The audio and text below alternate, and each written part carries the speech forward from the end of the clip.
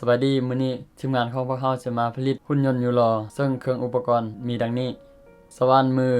ดอกสว่านคัตเตอร์มิดแซมบิ๊กไม้เสียบเอ็นไม้กระแลมท่อยางปิ้นเกาโวนสวิตช์ปิดเปิดสายไฟหัวจับปิ้นมอเตอร์มีค่าไม้บรรทัดปืนกาวเทียนและเจียแข้งก่อนอื่นเราก็จะแทกขนาดของล้อเนาะแล้วเราจะตัดขนาด6x11หลังจากที่เราแช็กแล้วเราจะตัดให้ได้ตามชิ้นส่วนที่เราต้องการหลังจากนั้นเราก็จะมาตัดขอบของล้อขนาด 2.5x11 2 ใบและ 3x6 อีก1ใบแล้วเราจะได้เจีย4ใบ 6x11 1ใบ 3x6 1ใบ 2.5x11 2 ใบ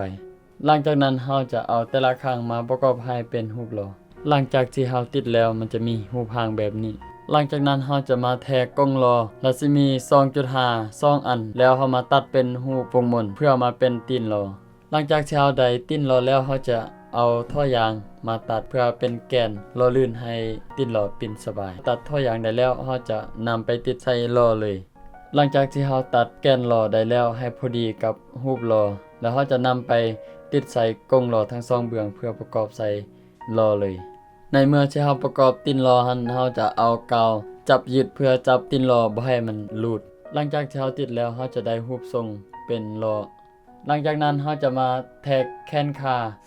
ของหุ่นยนต์2เบื้องแล้วเราจะนำเอาสว่านมาจี้ตามจุดที่เราต้องการหลังจากนั้นเราจะมาตัดแขนขาขนาด3 สังตี2เบื้องเราจะผ่าส้น1 2เบื้องเราจะบ่ผ่าจากนั้นเราจะมาตัดตีน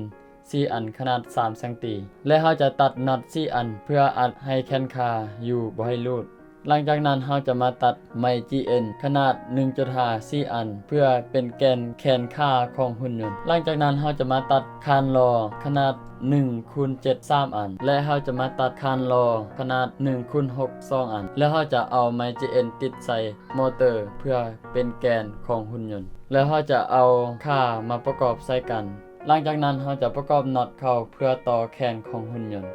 แล้วเราจะต่อทางซ้ายและขวา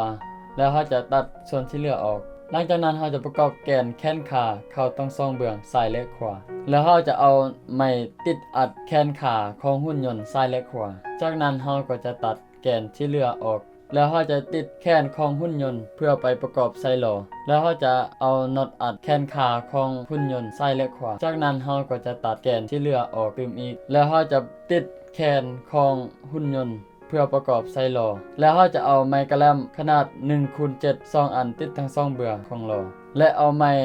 1.7 มาติดเป็นคานของล้อหลังจากนั้นเราจะประกอบตีนของหุ่นยนต์แล้วเราจะติดตีนให้คล้ายคือกับตีนเป็ดแล้วเราจะนำไปติดใส่ขาของหุ่นยนต์แล้วเราจะเอาล้อไปประกอบใส่กับหุ่นยนต์เพื่อให้คือกับคนยูโรแล้วเราจะติดตั้งระบบไฟเข้าในเครื่องยูโรแล้วจะติดสวิตช์ใส่บนเหมาะสมเพื่อในการปิดเปิดแล้วเราจะต่อสายไฟเข้าในมอเตอร์มีค่าซึ่งว่าสีแดงมันเบื้องบวกเขาจะต่อใส่ในเบื้องซ้ายสีดำเป็นเบื้องลบเขาจะต่อใส่เบื้องขวาหลังจากที่เราประกอบสำเร็จแล้วมันจะเป็นหุ่นยนต์ยูโรแล้วเขาจะนำไปทดลองว่ามันจะเกิดผลหรือบ่เมื่อสำเร็จแล้วเห็นว่าเกิดผลประโยชน์